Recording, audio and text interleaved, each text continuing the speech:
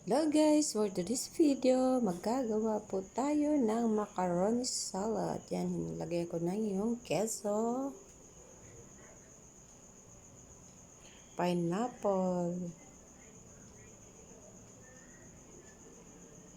sibuyas na puti, carrots. Yayadjad ko po ang carrots para hindi na masyado malasahan.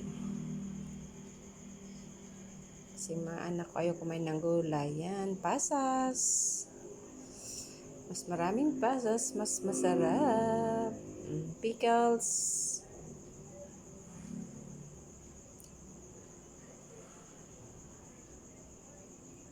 Dagtamis ang pickles. Lagyan natin ng century tuna.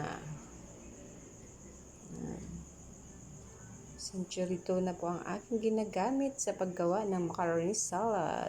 Yan, 2 lata.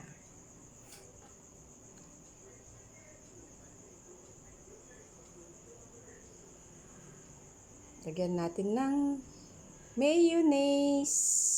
Ladies' choice mayonnaise, mas masarap.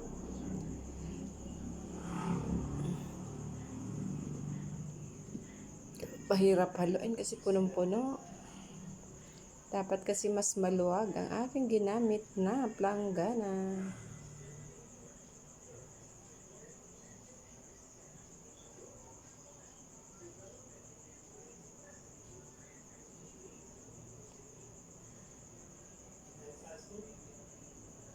Lagyan natin ng mayonnaise para maalinamnam.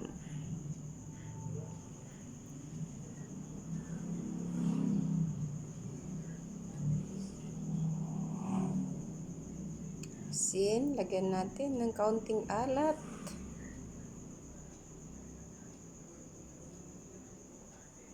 Paminta.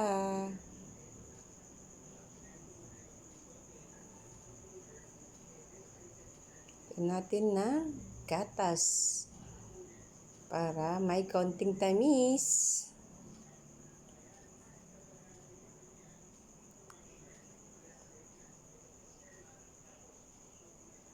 Halo-halo-halo lang.